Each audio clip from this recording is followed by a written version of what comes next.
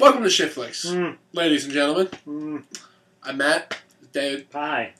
And I'd like to take a little moment real quick to just give you a little piece of literary history. Have you ever heard the term, the road to hell is paved with good intentions? Yes, Madonna. I'm pretty sure the term existed before her, Dave. Nah, came off the album Hard Candy and the song 4 Minutes. It's a good song. Lord Byron weeps. And so, it has many different interpretations. But there's one in particular we're going to focus on for this video. And it's this simple statement that regardless of what your intentions might be, regardless of how well-meaning or how deeply emotionally felt that these intentions might be, it could simply end up with drastic, unforeseen, or even disastrous consequences. Yes. So, if we could take this road to hell, all of these good intentions with disastrous side effects, and just condense it, and smush it, and shape it into something that looks somewhat like a human, what would that human look like? This bitch. This bitch right here. This bitch. This hot piece of asphalt. That has led us to hell. She is the personification of a good intention going so fucking to hell that it's ridiculous that this can actually happen. And we will talk about why that's ridiculous because we watched a movie today. Amber Alert. Amber Alert. Now, Amber Alert. For those of you who are unaware, growing up in underdeveloped countries, an Amber Alert is when scientists look for mosquitoes that have been trapped in ancient tree sap. They have ancient dinosaur blood inside them. Oh, not that type of amber. I screwed the pooch on that one. Okay. This type of Amber Alert that the movie is about is when there's a child that is abducted and there's enough information about the child or the abductor that they can send out a mass message on telecommunication services that alert them to keep their eyes out for the abductor's car or himself or just the child, saying, okay, we can find this child as they are not that far. It's good for saving kids. Not this movie. This movie, however, is shit. Oh my god. That Amber Alert's good. This Amber Alert sucks. Oh my god. Ah, Okay. Jesus. Alright, plot. Plot. Okay. Can you handle this? It's actually a really easy plot. It's just Very annoying easy to say. It's actually, this plot could probably take up like a 5-minute short film. You know what? It probably did at some point. Yeah. Okay. The movie Amber Alert opens up with two 20-somethings. And younger brother. And a younger brother who's working the camera. Found footage film. Who they are trying to get on this reality show or something. And in driving to this one location, because the reality show didn't actually matter at all to the plot, they stumble across... It only explained why the camera was there. Yeah. That was right. I forgot about that. I thought they just waved that away. Anyway, they see an Amber Alert on the road that they're driving down, the highway. And they happen to see the car that it's about right in front of them. So, the two characters, Sam and Nate, Sam being the girl, Nate being the boy, and Caleb, who is the camera boy, who is the Sam's little brother. Sam's little brother, yes. They are now in hot pursuit of this car. They end up calling the police and then continue following it. And then they get out of their car at one point to put a microphone inside of the car. And then they continue following it. And then they drive to a completely empty place off the side of the road that nobody would be able to see them if they got killed. And talk to the guy. The guy managed to convince them that he's just a concerned father. And that it was put out by his ex-wife. And everything's just... It's all one big misunderstanding. We can talk to the cops if you want. And they're like, no, we're fine. And they drive away. And then the microphone goes off and you hear him just threatening this child. So then they try to Evil villain They try stuff. to get back onto the tail of this guy. A cop finally comes up and says, look, I'm going to handle this, but I need you guys to get that tape back to the sheriff's office, and you need to give them your statement. And Nate's like, okay. And Caleb's like, okay. And the cop drives away, and Sam's like, let's keep going. I don't like Sam. Wait, we'll get into her. All right. We'll get into her in a sec. They keep following, and they lose him. But then they come across a few hints that they heard on the microphone to track down where his address possibly may be. They find his address. They then wait until he leaves, break into his house, try to find the girl. They find the girl. She's in a cage in the back room. She's being they keep trying to break open the cage when all of a sudden, Caleb's getting on his phone and says that the guy is back. Caleb gets shot. Pop, pop, pop. Not killed. Sorry for the spoiler there. I'm just going to spoil this entire thing. Like, sometimes I'll leave a little bit open. Nah, this one's going all the way. This doesn't deserve it. Then they're trying to get the girl out of the house, but of course, he's already at his house, so kind of fucked up on that one. He sends out... He walks out there with the girl, Nate and Sam and the girl, and who else is there but the dude? And the dude kills Sam instantly. Nate shoots him a few times, killing him. The dude shoots Nate a few times, killing him. And in the end, Caleb is alive, and the girl named Brooke is alive. And everything is hunky-dory, but you would find that their good intentions led to hell. Made the situation worse than it could have been. Very much. So, let's talk about this movie. This is going to have some strong ethical dilemmas, mind you. What? Now, I want to just talk about the movie for a second. All right. One, this movie says there were 2 writers. I don't believe a solitary person wrote this script. That was a writer. I think one of the writers was also the director, apparently. I don't remember her name. Got it. But the thing is, no one wrote this. This was an improv script. I think the only time that anything was actually written was their conversation with the cop and their little spat with the Carrie Bellessa. Mm-hmm. Carrie Bellessa. Carrie Bellessa. And also, Sam was played by Summer Bellessa. There's a lot of Bellessas. A lot of Bellessas in this movie. Oh my god. We'll get to the credits in a sec. But the fact of the matter is, though, very few parts of this movie actually felt like it was scripted. And not even, like, there's plenty of movies, like actually Kids is a really good example, where a lot of these scenes seem like they're improv, but actually every solitary ounce of that script was completely scripted out. Yeah. But the problem is, though, most of the dialogue is them constantly repeating themselves. The first, 45 minutes, no joke, entirely stuck in the car. We gotta go, slow down.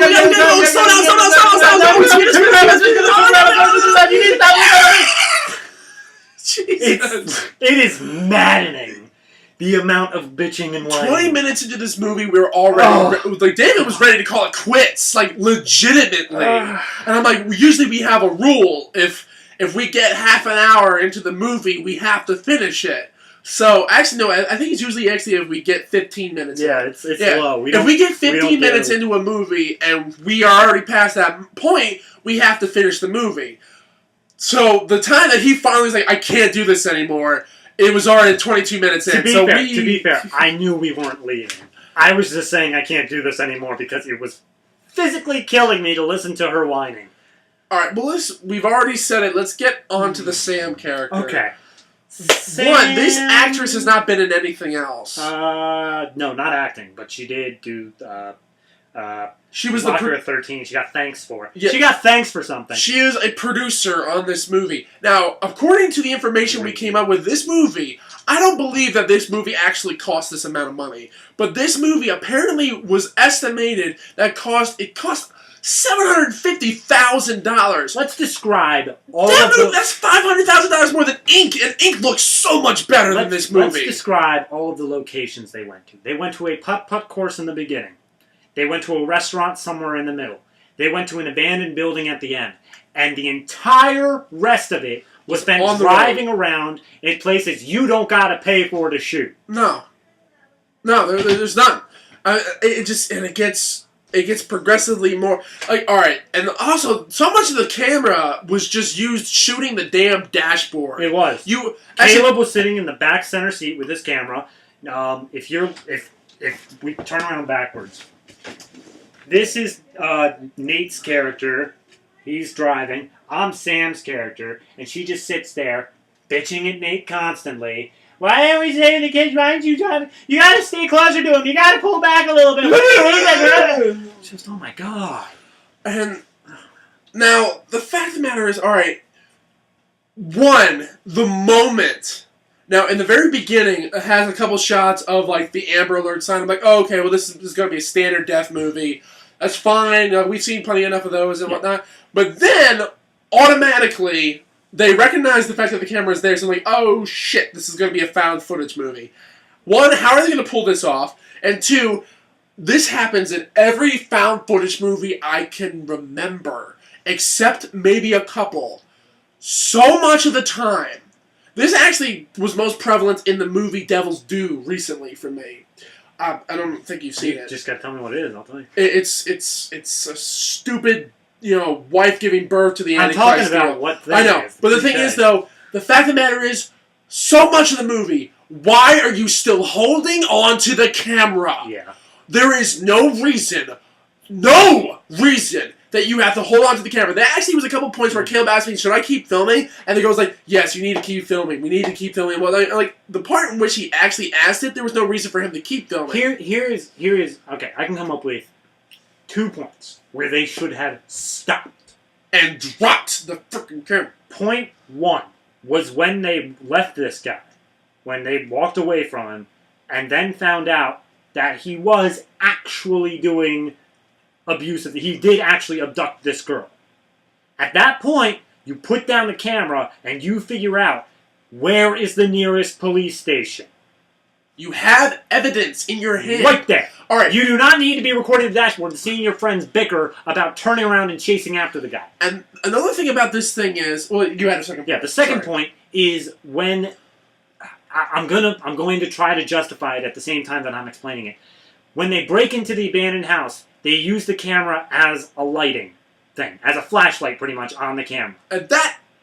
If you need to have it recording in order to run the light, then yes, record. Yeah, but most cameras that I know don't need that. Exactly, and at the same, you just need to have it on. Exactly, and that's I'm trying so hard to give it a little bit of credit on that because Now, at one point in the very beginning, when they are tailing the guy and they have information, and they already have the microphone in the car, and they're listening to it and whatnot, they're recording the information. That I get. But after they get to the point in which the cop has already talked to them, and the cop says they will need to see that tape. In other words, they're saying, we need to see physical evidence of which that you were trying to say. We need to talk about that moment more. Yeah. Alright, the first thing that any sensible person would do, and the 2 out of the 3 here, they should have outvoted her. It's just the fact that she's constantly screaming. And I'm not someone that thinks that, Sam is a character. No, that's what we need to talk about. Alright, so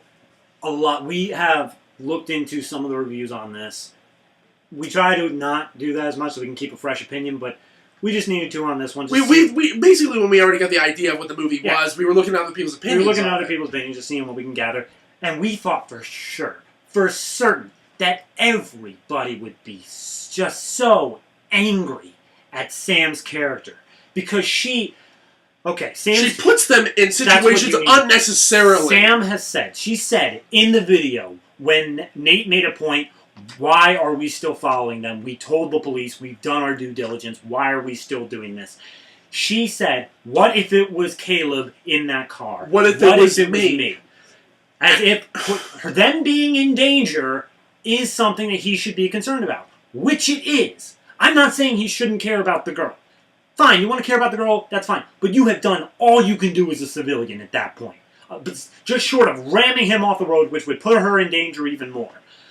But, later on in the movie, Sam just runs into this man's house.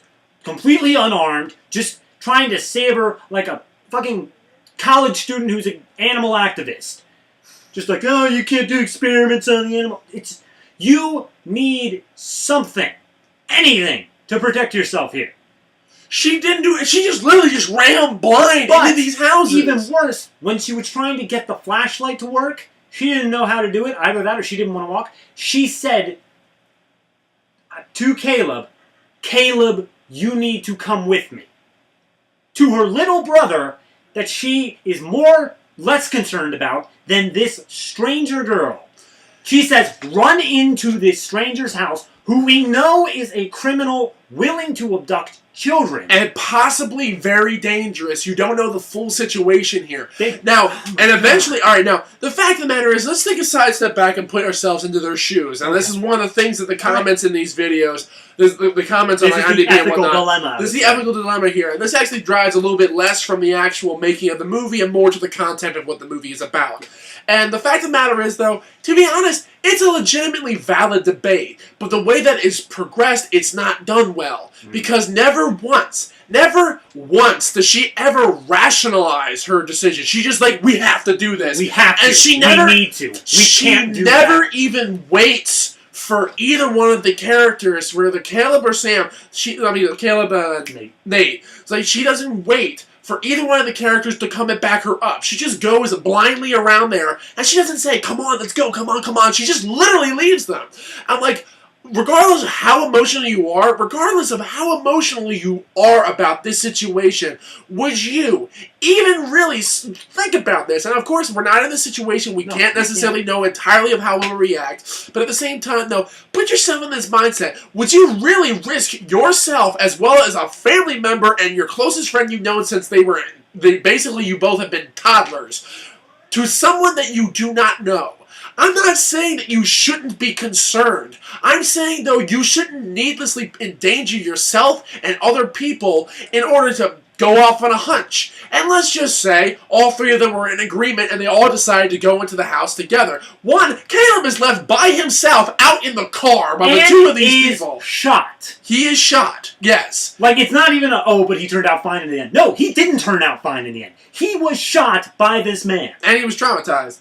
And the fact of the matter is, like, this is another thing that really got on my nerves in the very end of the movie. They get into the house, and he's pointing out, Sam is like, she's so gung-ho on trying to find the girl, she's ignoring every other aspect of this house. There is entire counter that is strewn with guns and shotguns and ammo belts and whatnot. Everything's fully loaded. I'm like, alright, one, if all these guns are here, do you guys seriously think that he doesn't have a piece on him? Seriously. And even if he didn't, how hard would it be for him to just reach over, boom? Nate is constantly saying at this point, we should get out of here. This is not safe. And like, a lot of these comments and whatnot we were reading, that people were actually like trashing Nate's perspective in this. Nate, the guy who's trying to keep them safe and alive. He's always about like, oh yeah, sure, okay. The police response time is not the best when it comes down to lots of different neighborhoods. I already pointed out in Detroit right now, because everything is as shitty as it is, it's like an hour response time. But at the same time, though, you are not equipped, you are not mentally prepared, nor are you at all physically capable of taking on this situation. They go up to the exterior of the house, and all these windows are screwed on there with plywood. Like, plywood is covering all the doors and whatnot, and they use a brick to bash in the window.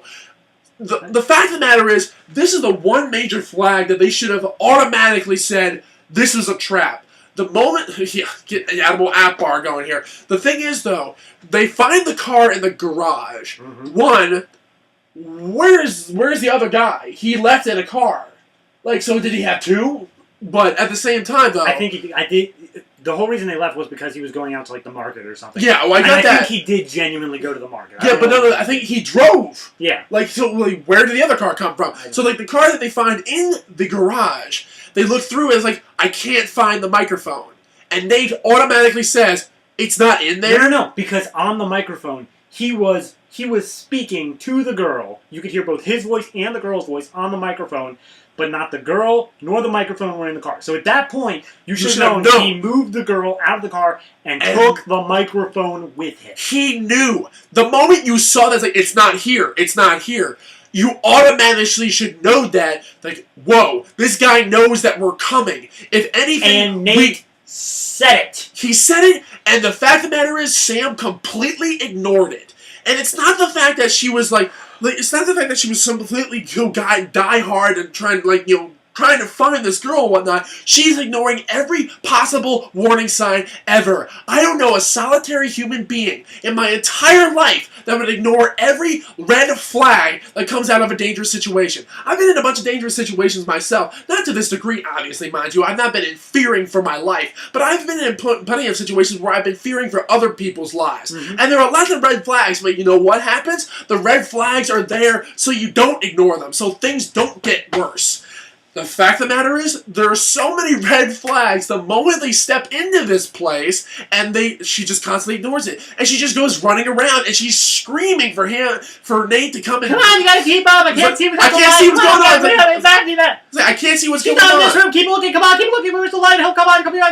I don't even know that he actually really left, and he just didn't park his car down the street and walk around the back end of the neighborhood. You don't know this stuff, and you're just going off on this kind of shit. The fact of the matter is, this is not...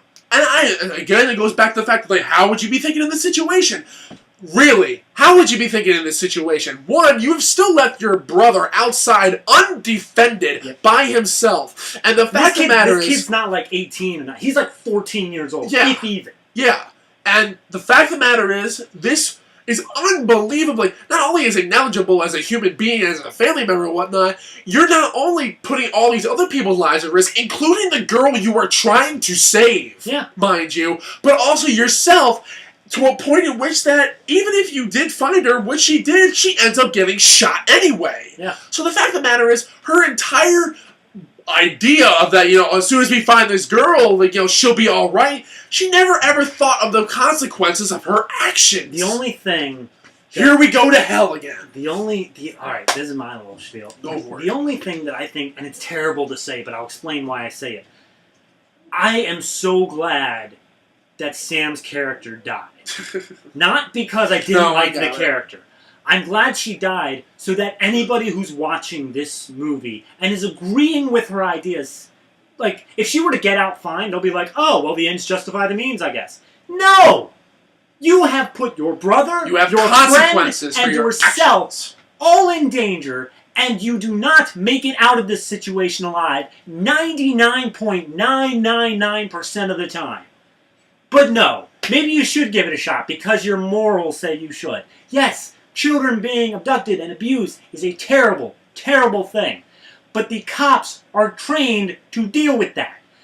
If you have like as much training as Liam Neeson does in half the movies he does, then fine, you be a civilian who does that shit. But I am going to guarantee you that little white girl Sam there had no more training in that than she did like any other like martial art or physical activity at all. She was a jogger, maybe. Maybe. And the fact, it goes back again to the cop that they interacted with. Alright, if you take all the information that came before that moment, that they actually talked to the police officer, and you look at all the evidence that they compiled just recently before that point, to the point at which that they talked to him, they got a physical portion of his face on camera. Yeah.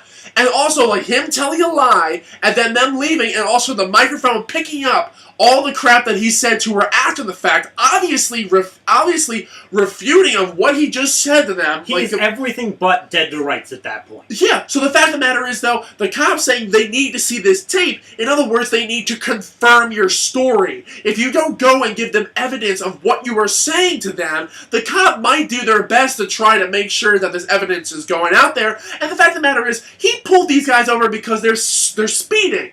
And, like, he's like saying, what is part of not pulled over to you not understand? And they're constantly saying, like, we're following this car. It was an Amber Alert and all that kind of stuff. So the fact he goes back, he checks it, he's like, alright, there is an Amber Alert out for this car. But the fact of the matter is, they could have simply, from the officer's perspective, just because they saw the Amber Alert on the actual, the screen and whatnot, they could simply be making this shit up to get out of a ticket. Like, I'm taking this from a rational point of view. And the fact of the matter is, regardless, let's skip that and say that he legitimately does believe them and he tries to go after them. They still require physical evidence of what's going on, and they might be able to pick out details in the evidence that they already have that they could have gone. And they already had evidence of where the street was and whatnot, so the police were like, oh, well, this is here. Well, let's go and try to search this thing out.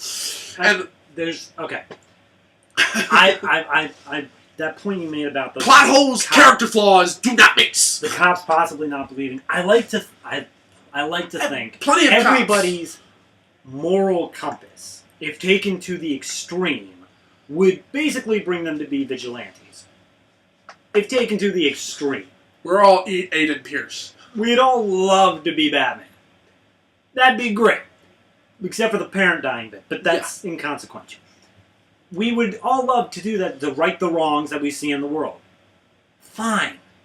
But do that within your own power, man. There's only so much you can do, especially when you are obviously out of your depth. Honest to God, the only thing that I could have possibly registered, like we kept on saying to Sam over and over, yelling at the screen, what do you hope to do?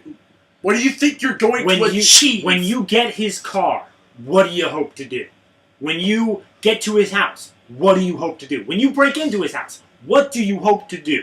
And this is funny, actually, mind you. Like, when they actually stop the guy and he gets out and whatnot, he walks over, you know what? And Nate was adamant about, like, he was embarrassed and all that kind of stuff, and he was buying the story and whatnot. And Sam was like afterwards, like, can you talk me out of it? I'm like, no, you can't say Nate talked you out of it. If you're literally adamantly not trusting the guy, regardless of what he's telling you, and he says, you want me to go wake her up and whatnot, you automatically say yes. Well, even if it's imposing, if you genuinely have an idea that the person who is in this situation is actually in danger, if they say, like, oh, we'll just wait for the cops, do that. And I think that's the problem I have with the... It's still an Amber Alert. You're taking this guy's word over this type of stuff. The fact of the matter is, though, regardless of what he says, if you're actually in this position and he's offering you an opportunity in which that you can actually... confirming the child's safety. You do it. If you are so determined on saving this child, and you have an opportunity to confirm that the child is safe... If she is so passionate about this for the entire rest of the movie, in which that she is breaking down in tears and basically, like, ridiculing Nate for, like this is almost like it's your fault that he's got away type of deal, you take advantage of the opportunity in which you actually were out in the open. You had a possibility of a police involvement, and you actually could have squashed this. Just because Nate is feeling uncomfortable, then you get out of the car. Like, she is always about, you know, before Nate, like, finally talked her out of it and whatnot, she was constantly saying, he was like, all right, let's do this type of stuff and whatnot. And then you do it. You were so adamant about everything else. You were adamant about getting out of the car and running up to these houses completely unprotected. You could have done something much, much easier and much more logically sound in the very beginning of this film. Okay. This is where I have a problem with the online reviews that we read. The ones that were pre-written. So many people were tearing apart Nate because he didn't want to get involved. Because he just was like, we shouldn't be here. He was acting by common sense. Given the information in front of him, he acted by what any logical person would do. Anybody with simple, rational thought. We were both in his corner for the most of it. For the longest time, we were in his corner. There were a few bad choices he made later on that we'll just chalk up to him being concerned for his friend. I empathized with Sam. I empathized. I got where she was coming from, but it doesn't mean that I agreed with how she handled any of it. Exactly. So many people were saying that, oh, Sam was doing these things and she was so brave and amazing. No, she was stupid. She was rash. The only reason that you are rooting for her in your reviews is because they found her. Yeah, because everything she did turned out to be right. What if she was wrong in any of the situations? What if she broke into the wrong house? Then we got arrested for burglary. What if the dude really was just trying to get the daughter away from his ex-wife? They wiretapped him. They threw a microphone in his car. They broke so many laws to get to that point. To the point where Sam says, when Nate says, man, we're breaking the law so much doing this, she says, who cares about laws? That is a quote from this movie. Who cares about laws? She is so determined in saving this girl. She doesn't care for the safety of her friends, the safety of her family, or even the laws that she's supposedly trying to uphold, stopping a criminal by becoming one herself. This is a textbook vigilante. right here. And the thing is with vigilantes, they're only cool in the movies. They're only cool in the video games and whatnot because in which the story is structured around to make them the hero. They might be still the anti-hero. They're breaking laws. They're living on the edge and whatnot. But the end justifies the means. Well, the ends of this story is the fact that everybody gets hurt. Everybody dies for the most part. Sure, yeah, they get the guy and the girl remains safe, but at the same time, though, they both lose their lives, and her younger brother is probably scarred beyond all recognition, and also the fact of the matter is that he lost his big sister. Mm-hmm. And it's not even just that. It's not even the emotional side of it. A vigilante... And the legal side of it. Right, a vigilante typically comes from the thought of the people who are in charge of doing this aren't doing their job right. Yeah. The people that is like, oh, the cops can't bring this guy It's technicalities. down, but I can. I can work outside. I have the ability, I have the know-how, I have the logic, I have the technical aspects. Sam has been so vigilante from the first moments they were following this car. The first moment that they ran a red light. That is the moment. That is the exact moment where it happened. They ran a red light, and after that point, Sam was like, all right, we broke the law, we can keep doing it now.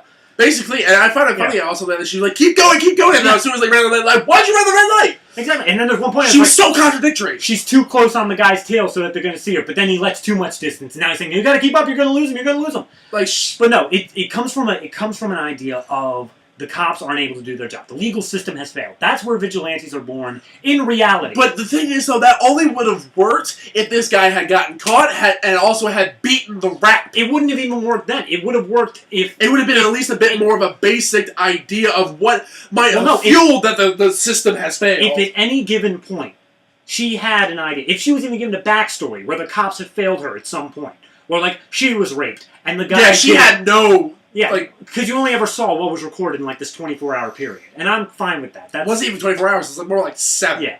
But if she was given some sort of backstory where like she was raped and the guy got off on a technicality, I can understand that. But she got nothing to say, oh, we shouldn't trust that the cops can do this themselves. It just happened to be blind, dumb luck that the cops didn't do it themselves. And yeah, and the fact of the matter is and whatnot, like, she was never ever saying that the fact that the cops were doing their jobs and whatnot, she was just like, well, we should do something too. We should do something more. Like, more eyes will be able to help this type of stuff out. I'm like, yes, true. At the same time, though, you're going about this crap all wrong. Like, the major problem that we have with this movie is not the fact that necessarily it's a found footage movie and whatnot, because that's money, that's minuscule compared to the fact that the overall ethical ramifications of what the content of this movie is going about is the fact that they're saying that it goes back to, again, the ends justify the means. Now, the fact of the matter is, it really depends on the type of situation. And it goes back to the fact of the matter is, if the ends justify the means, if you are equipped not only to handle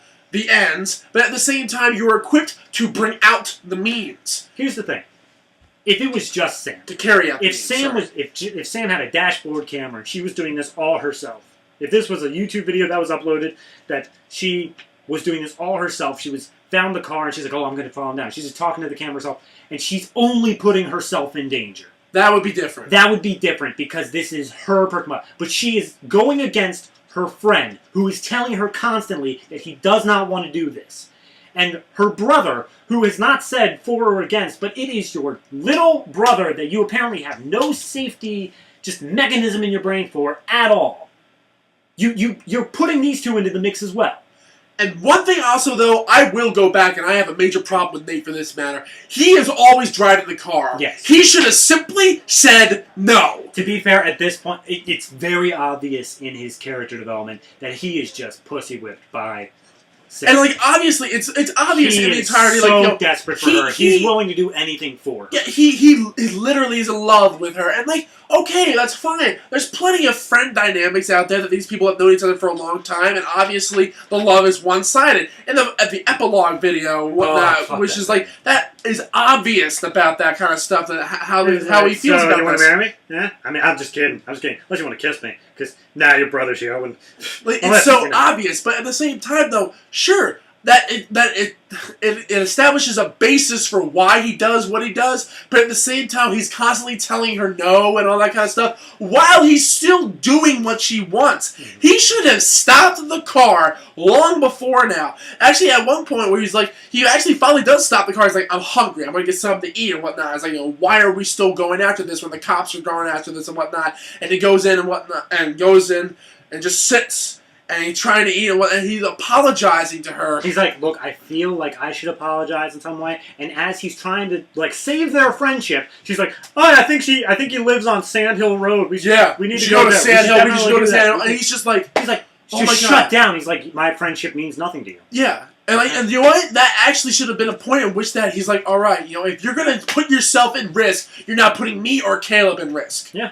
And that's like, how is this going to be? Are you going to risk your life? That would have been some interesting character dynamic. Yeah. It would have been more than just the fact that, this is an Amber Alert type of deal. And actually, it goes back, all right, what brought us to the movie in the first place was the poster. Yeah. The poster looks legitimately good. It's a good poster. Find it on Netflix. And I'm like, it looks good. It actually, and the basic plot line of the movie, it was basic, as we've already said. Two friends stumble across an Amber Alert, and now they have to work out a plan themselves to stop a vicious predator, something. They never work out a plan. It's all on whim, and it's kind of hard for me to hate on these characters. Nobody's in the wrong. No one's in the wrong, but no one's in the right either. That's the problem. The fact of the matter is, again, it goes all the way back to the beginning of this review. The road to hell is paved with good intentions. These people might have all the best intentions in the world, but at the same time, every solitary aspect of what they do,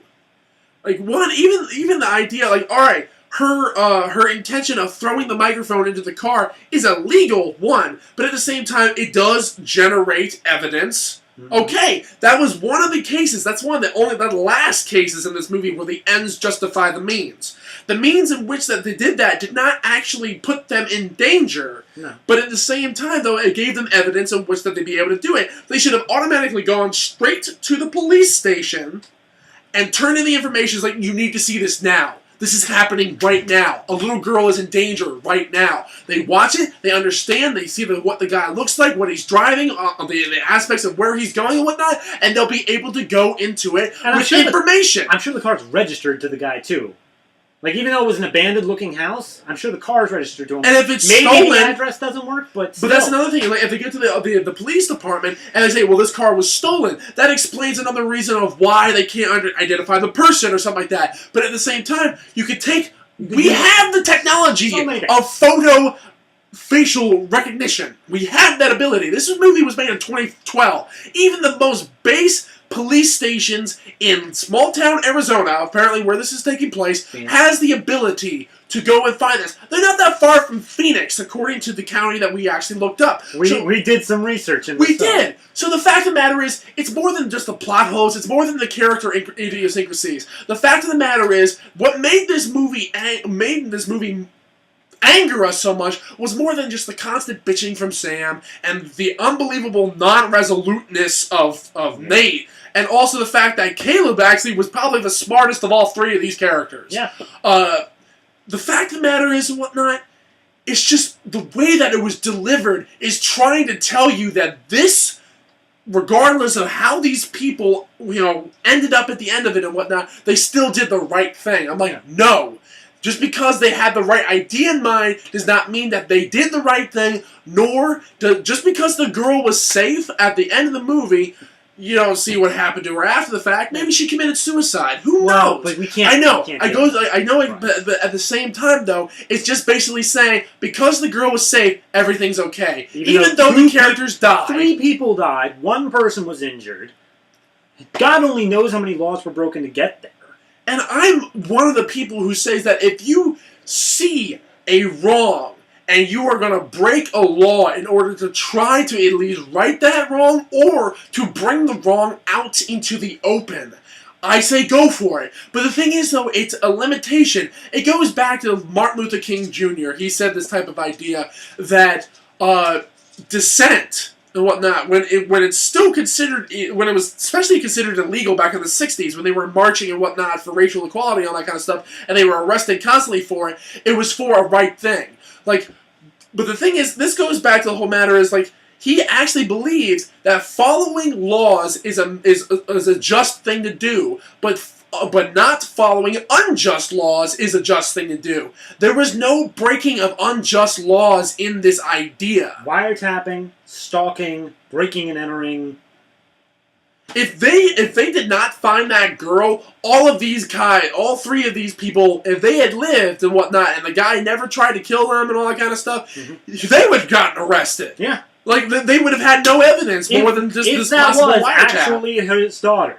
If the Amber Alert was false. And also, the fact of the matter is, even if the Amber Alert was false, the wiretapping would have been inadmissible in court. Yeah, anything he said on that thing, and anything that resulted because of it... Just because he said it does not mean that it would have been invalid evidence. Right. I mean, if they found the girl with the guy, there you go.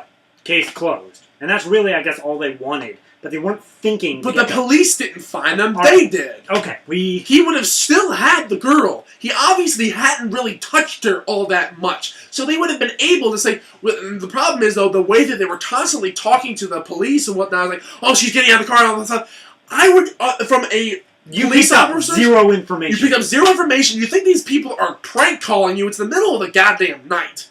And what I was like, is like, you should have simply thought through an idea of how do we get the cops out here as quick as humanly possible. And David actually came up with a really good idea. So the fact of the matter is, like, shots have been fired at this address. You will get so many cops at your address if you say those words. Like, shots have been fired at this address. I heard screaming or something like that. And you would have had at least one cop come out to that site. Oh, you would have had a full SWAT show. It really depends on the neighborhood. Yeah. But anyway. But at the same time, though, there was so many other ways to handle this. And that goes all the way back to the people who made this movie. I have obvious ideas that these people who made the movie had the best of intentions. But the ends of this product does not justify anything of what they were trying to do. If they were, I can't tell. All right, I can't tell if they were just trying to make a tense thriller or if they were really trying to instill a moral in the end. Like, everything was lost to me. I couldn't tell if the moral was, look, children do get abducted and we need to do what we can. Or, this is what you should try to do. If you do anything less than this, you're... Basically, I wasn't sure if the audience should relate to Nate or to Sam. Okay. Sorry for that little interruption there. We were getting really angry and we had to take a breather. We couldn't quite tone that one down, so we took a little break. But, we're going to wrap this up now because we realized how long we were going. Bullet points. What we really just need to talk about is the credits. It is a very small casted movie. Yes. You got 2 people on camera most of the movie, and then 4 other actual cast members. Now, give me 1 second before you begin. Right. Go ahead. The length of these credits. Now, normally you find, and even in the biggest movies, credits will usually only last at most like 3 minutes. The longest one I think I've ever, besides like Lord of the Rings stuff, was Harry Potter 3. For some reason, that one just dragged and dragged. And there was a lot of people involved with that. And I can understand that because there was tons of people involved with those movies. Mm-hmm. But the problem with this movie, it lasted 6.5 minutes. That's a lot of stuff. It might be nitpicking, but think about this. This movie is 92 minutes, I think, and whatnot, give or take. Yeah. But the thing is, it's over 90 minutes. Hour and a half. And I think the only reason it got over 90 minutes is because of the 6.5 minute credit sequence. It wouldn't have gotten there without it. It just, this thing, like, slowest. This thing, one, it repeats names, not as bad as Alien has Android Insurrection, but at the same time, though, it repeats names several times, even though I think we also saw typos, too. But yeah, it was confusing. Okay, basically, what happened was you had your, like, I think it had a few names of credits. 4. It had, like, a few names that were listed off in super stylized ways. And then it had production logos. There's 3 production companies, apparently. And then you had the name show up again, this time less stylized, for the main cast and writers and whatnot. And then the slow scroll, again, you had the main cast and writers and whatnot, followed by director of photography, catering, whatever majiggers. Assistant to the assistant.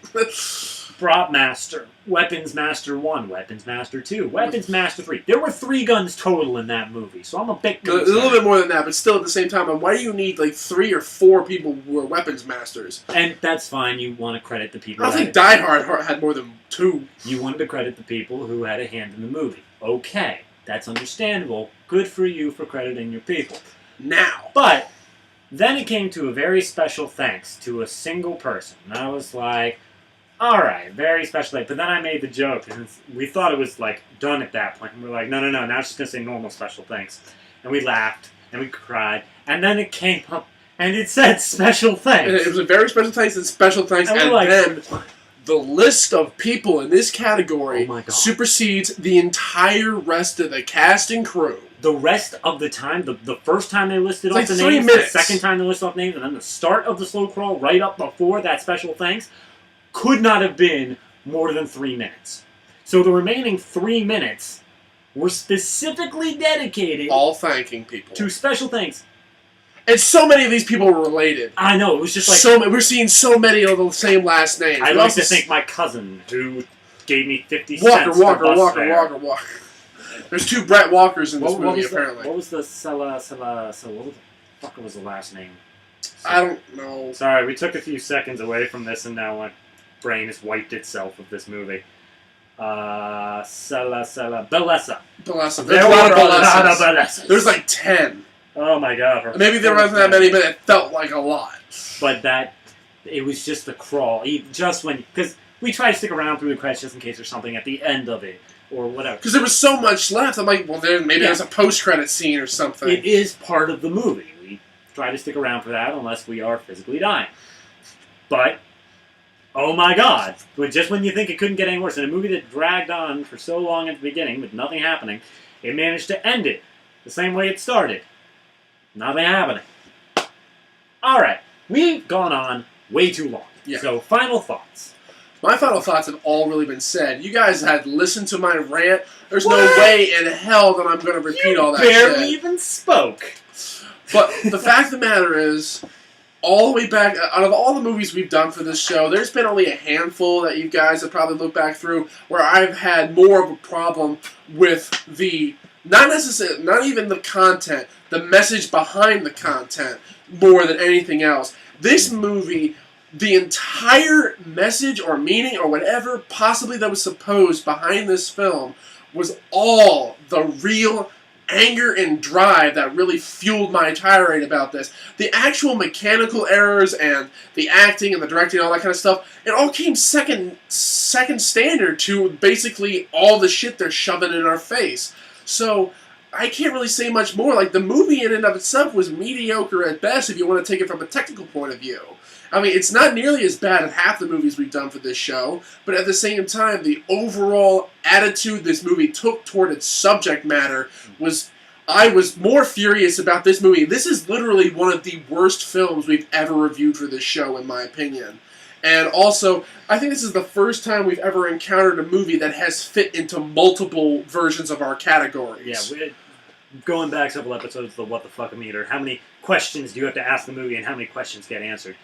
Most of the time it was at a category 4, which is a Beyond the Black Rainbow. It's when they completely ignore the fact that we're asking questions. They're like, no, everything's cool, just shut your fucking face. Or they're just... But occasionally we were sitting there like, what about this? And then the moment that we ask it, they're like, oh, well, this is this. It became a category 2, off the bat. So, it's just bouncing around. Man. This is kind of a weird hybrid. We can't even categorize this as a category 0, because that's reserved for one set of films. Very scary. But at the same time, like, this movie has, in and of itself, created its own definition.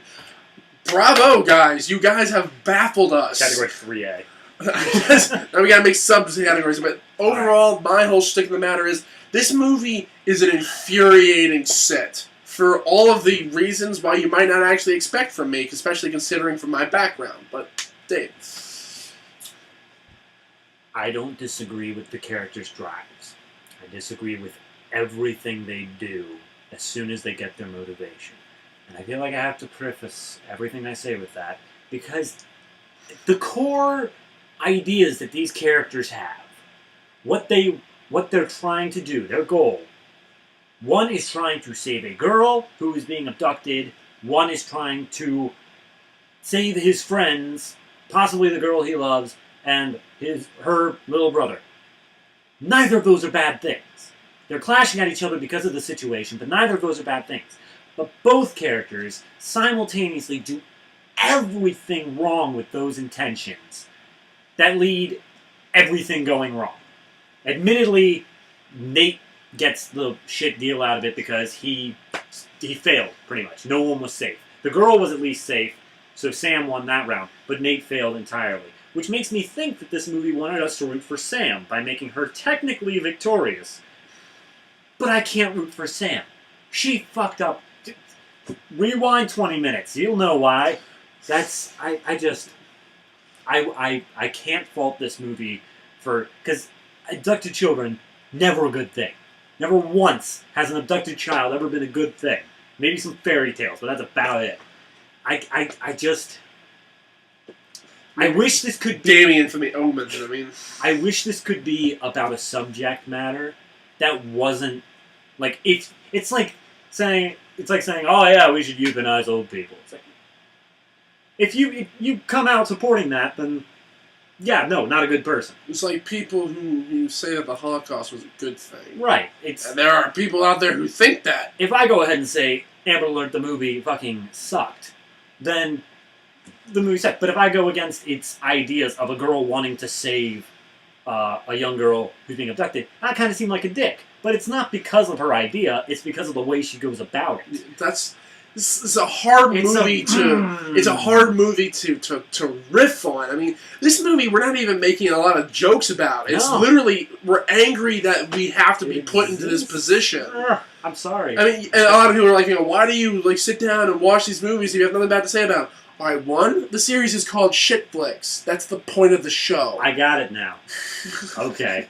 Took me a while. But at the same time, though, the fact of the matter is we put ourselves in these positions, and also a lot of people continually keep saying, like a few times I've gotten this, I was like, it's like, if you have nothing good to say about it, one time it was about our Atlantis review for the Miles Return, and it was like, you had nothing good to say about that. You only got a couple chuckles. I'm like, we did try to find good things about this movie. We don't just search out for the bad stuff. The bad stuff is already on the top. All you have to do is skim these movies just to get the bad shit. You have to dig down deep to find the good elements of it. And we praise the good elements of it when we find it. But when we don't find any good elements, then there's nothing to praise. And that's basic. I mean, nothing in this movie technically was terribly wrong from what they were given. But nothing was terribly right either. Yeah, it was, I don't know. From a technical point of view, even from an artistic point of view, everything is just muddled. I would suggest... It's like muddy water. If it came to watching this movie, I can't say I'd suggest watching it, but I also... It's not... It gives a decent thought process in a way. I would suggest watching this if you were told that you were doing something the wrong way. Even if you were 100% positive that your goal was right, if you're told you're doing something the wrong way, watch this, and the female character is you. And also, you know what? If the filmmaker's original intent was actually to elaborate the wrong way about going about this type of situation, they succeeded amazingly. But it was a bit too deep leveled of a satire for us to... I guess it didn't. You know what? The people who made this movie, if that was your actual intention, let us know. I will go like the next episode. If you guys actually send the information, we will open it and we will give it a full if you guys literally tell us that was your addition, I would probably switch my attitude saying this is one of the best movies I've ever seen. If there's an annotation on the screen right now, then we've gotten confirmation. But most likely, you guys usually won't find these things. Overall, that is my final thoughts on Amber Alert. But we're not done yet. I know it's really dragging, but take our review hats off real quick. This is about a serious thing. As I said before, Amber Alerts, it's hard to come up against it, even though it's a really good thing. It's a super thing. Since its inception in 1996, according to the stats that we managed to find, Amber Alerts have saved almost 700 children, which is fantastic. It's awesome. Super. Fantastic. We could not go against that if we tried. No. And we wouldn't try. But why would we try? One thing that we want to get across is how important something like the Amber Alert system is. Some people would look and say, oh, 700 children, look at all the kids who have been abducted and it didn't help. 700 children is still 700 children who are safe now with their families. Over the course of what, 18 years? 18 years. 18? At the time of making this. It's not bad. We are going to show a list of 700 names. And those are the children that the Amber Alert system has saved. So, go. So actually, you know, one of the things that I had a problem with in this is that they never actually went over the stipulations of what the Amber Alert is. Glad you brought that up. In looking up that research, I actually have that. So you know, little lesson here. While the names are scrolling back. Sorry, it's a little bit slow paced, but you know. A lot of names. Okay, so are Amber Alerts issued for all missing children? Amber Alerts are issued for abducted children when the situation meets the Amber Alert criteria. I'm going to skip ahead real quick and read off the criteria. So, like, you know, Amber Alert children are not usually the people you find in the show without a trace. Right, exactly. Each state Amber Alert plan has its own criteria for issuing Amber Alerts. The PROTECT Act, passed in 2003, which established the role of Amber Alert coordinator within the Department of Justice, calls for the Department of Justice to issue minimum standards or guidelines for Amber Alerts that states can adopt voluntarily. The Department of Justice guidance on criteria for issuing Amber Alerts is: law enforcement must confirm that an abduction has taken place. So the police in this movie had already done that because the Amber Alert was already issued. They knew that there was an abduction. Yes. And they knew the make and model of the car. The child is at risk of serious injury or death. That gives the idea that Sam was reacting extremely emotionally some validity, but at the same time, these characters didn't have any idea that the Amber Alert really entailed all these details. And if they did, if Sam had some idea that that's what it entailed, she never let that... She shouldn't have left at that point. Yeah, she should have known exactly that the danger was valid. There is sufficient descriptive information of child captor or captor's vehicle to issue the alert. So already done. What the we didn't say, but gray Honda and the license plate is what they had. Yeah. And the child must be 17 years old or younger. So see, I actually didn't even know that much. Yeah. And whatnot. But it makes sense. Anybody who's under the legal age of being an adult. Mm-hmm. How effective has it been? Amber Alert has been very effective. Amber Alert programs have helped save the lives of 685 children worldwide. Over 90% of these recoveries have occurred since October 2002, when President Bush called for the appointment of Amber Alert coordinator in the first ever White House conference on missing, exploited, and runaway children. Congratulations, Bush. You did something right. Good job. So, yeah, that is... And if I timed this right, our list of names should be ending soon. About... No. Cool. So you want to know about the joke? If you can call it that. It's barely. Yeah. Barely. Those names. Yeah, all the names were fake. All of them. Yeah. Not a single one of those were children, but you would feel like such a dick if you left just one of them behind. We trolled the fuck out of you. This is going to come back to bite. Yep. See you next time.